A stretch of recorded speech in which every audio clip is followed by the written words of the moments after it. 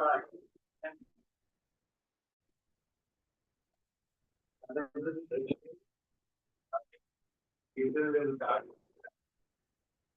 الله الرحمن الرحيم.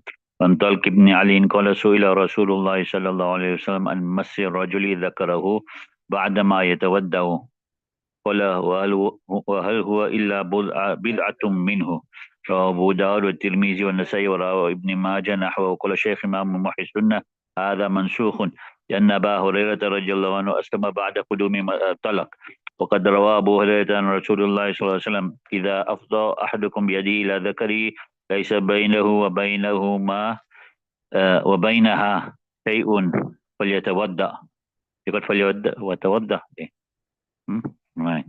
From Talq ibn Ali radiallahu was that Nabi Karim was asked about the man touching his zakar after he had made wuzu. So he said it is not except a portion of him, a lamb of his.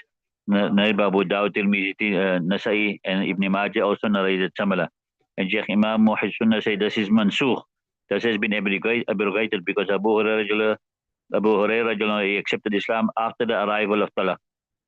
And Abu Hurairah narrated from Rasulullah sallallahu alaihi wasallam, and he says that when one of you reaches with his hand to his zakar and there is not between it and between him and between it anything, then he should make wuzu. Narrated by Imam Shafi and Daraqutni and Nasai also narrated from Busra, illa except that he illa annahu lam yadhkur laysa bainahu wa bainaha shay'un, except he didn't mention that there is not between him and between it anything.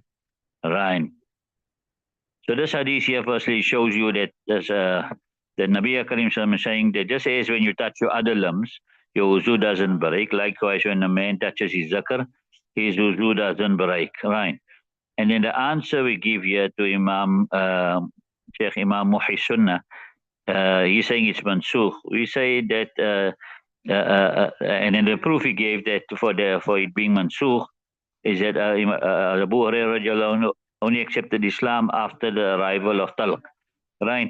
So we say that Abu Hurairah accepting Islam later doesn't necessarily mean that Talq's that Abu Hurairah hadith is after Talq.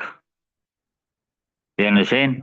It's possible. It's still possible that Talq's hadith, Talq ibn Ali's hadith, could have been after the acceptance of Islam of Hazrat Abu Hurairah radiallahu anhu. And therefore, when there is such a clash of hadiths, what do? We go back to the aqwal of the Sahaba-i-Kiram, and we find that great Sahaba-i-Kiram like Hazrat Ali, Hazrat Ibn Mas'ud, Hazrat Abu Darda, and Hazrat Zaifa, and Hazrat Ammar radiallahu anhu, they were all of the opinion that by the man touching his zakar, his wuzu doesn't break. Right. One more hadith in this section, then we go back to where we left off. When Aisha radiallahu anha قالت كان النبي صلى الله عليه وسلم يقبل بعد أزواجه ثم يصلي ولا يتوضأ. رواه أبو داود والترمذي والنسائي وابن ماجه. وقال الترمذي لا يصح عند أصحابنا بحال. إسناد أروة عن عائشة وأيضا إسناد إبراهيم التيمي عنها. وقال أبو داود هذا مرسل وإبراهيم التيمي لم يسمع عن عائشة رضي الله عنها. And when Aisha radiallahu anha said the Nabi Karim used to kiss some of his wives, then he would recite salah and he wouldn't make wuzu. Narrated by Abu Dawud, Tirmidhi, Nasai, Ibn Majah. And Tirmidhi said this hadith is not correct according to Ashab and according to our companions at all. Right? Neither the sanad of Urwa from Aisha radiallahu anha and also the sanad of Ibrahim Taymi from Hazrat Aisha radiallahu anha. And Imam Abu Dawud said this is hadith is mursal because Ibrahim Taymi didn't hear from Aisha, so there's a link missing. Right? So when it comes to this masla here, the ulama have ikhtilaf. Imam Shafi and Imam Ahmad rahmatullah alayhi, they said that when you touch a non-mahram woman, then your wuzu breaks. Imam Malik rahmatullah says that if you touch a woman, right, a non-mahram woman, and with what desire, then your wuzu breaks. Otherwise, it doesn't break. And we say when you touch a woman, even if you touch her with desire, your wuzu doesn't break.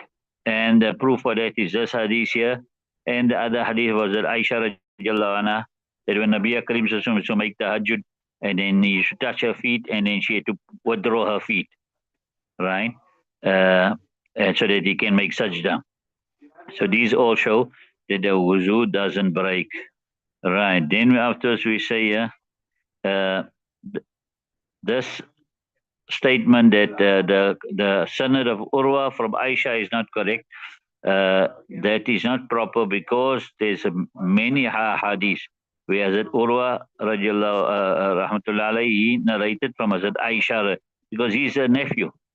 The nephew of Hazrat Aisha radiallahu anha. So he narrated from his aunt. So that and in Bukhari Sharif also these hadiths come. Right. And then we accept that this hadith is mursal, right? But nevertheless, mursal hadith is also a proof according to the scholars of hadith. Right. Now we go back to where we stopped.